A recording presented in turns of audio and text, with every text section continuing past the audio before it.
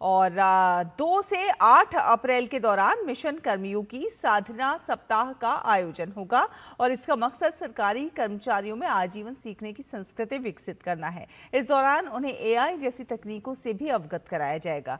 कर्मयोगी भारत की सीईओ छवि भारद्वाज से हमारे संवाददाता निशांत सौरभ ने विशेष बातचीत की है, वो आपको सुनवाते हैं। आप ये विशेष बातचीत दीजिए, देखिए और हमें और हमारी पूरी टीम को दीजिए अनुमति। नमस्कार।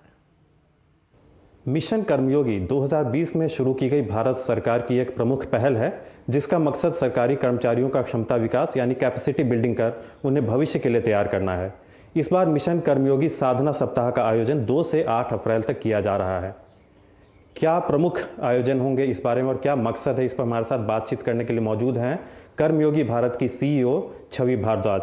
मैम, जो मिशन कर्मयोगी साधना सप्ताह का आयोजन किया जा रहा है, क्या मकसद है इसके पीछे? जो ये साधना सप्ताह आयोजित किया जा रहा है, इसका मुख्य उद्देश्य ये है कि हम एक कंसर्टेड एफर्ट के अंतर्गत अपनी सिविल सेवाओं में, राज्य की सेवाओं में और समस्त प्रकार के फ्रंटलाइन वर्कर्स के बीच एक कंटिन्यूस लर्निंग के कल्चर को स्टिमुलेट कर सकें, ताकि ऐसे कर्मी जिनकी कभी पहले ट्रेनिंग नहीं होती थी, जिनको कभी ट्रेनिंग के अवसर उपलब्ध नहीं होते थे, उनकी एक सिस्टमैटिक तरीके से लाइफ लॉन्ग लर्निंग का कल्चर iGOT प्लेटफॉर्म के माध्यम से एक उनको ये अवसर उपलब्ध कराया जा सके और ये एक हैबिट के रूप में उनके थ्रू आउट देयर करियर्स वो iGOT पे लर्निंग कर सकें। क्या इस बार प्रमुख थीम है इस बार साधना सप्ताह?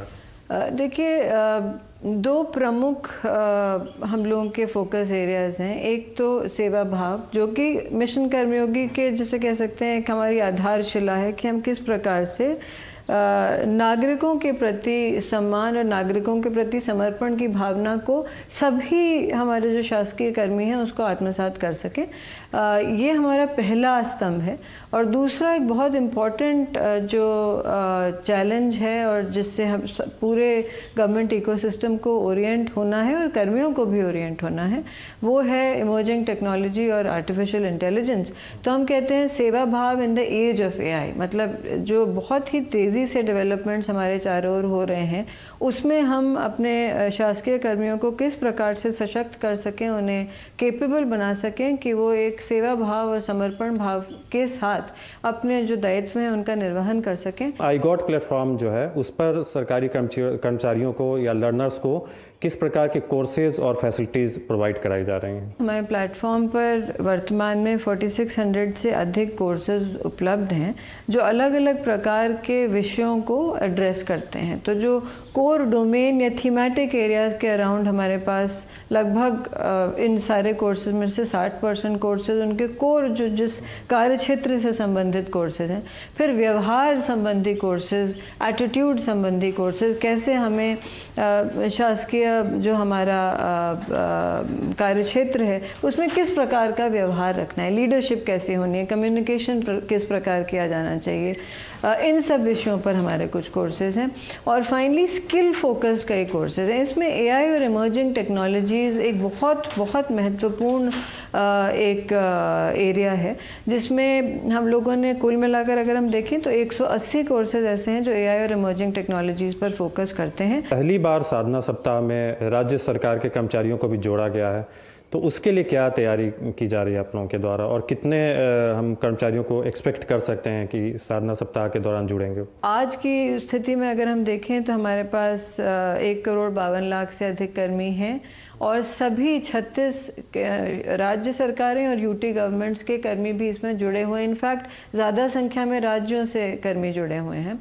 अगर हम सक्रिय कर्मियों की बात करें तो प्लेटफॉर्म पर 90 लाख से अधिक कर्मी सक्रिय हैं। तो लगभग 5 गुना संख्या में कर्मी इस बार के साधना सप्ताह में अपनी प्रतिभागिता करेंगे और उसके लिए हम iGOT को इंफ्रास्ट्रक्चर की दृष्टि से, हमारे पास जो क्लाउड स्टोरेज है उसकी दृष्टि से, सभी पैमानों से हम प्रयास कर रहे हैं कि हम प्लेटफॉर्म को इतना रोबस्ट बना सकें और अपने इंफ्रास्ट्रक्चर को इतना सफिशेंट रखें ताकि लार्ज वॉल्यूम्स पे भी, जैसे पिछली बार लगभग 21,000 ट्रांजैक्शंस पर सेकंड प्लेटफॉर्म पर हमने लॉग किए थे, इस बार हमारा प्रयास ये है कि 1 लाख से अधिक ट्रांजैक्शंस पर सेकंड भी हमारा प्लेटफॉर्म सपोर्ट कर पाएगा। 2 से 8 अप्रैल तक ये चलेगा साधना सप्ताह।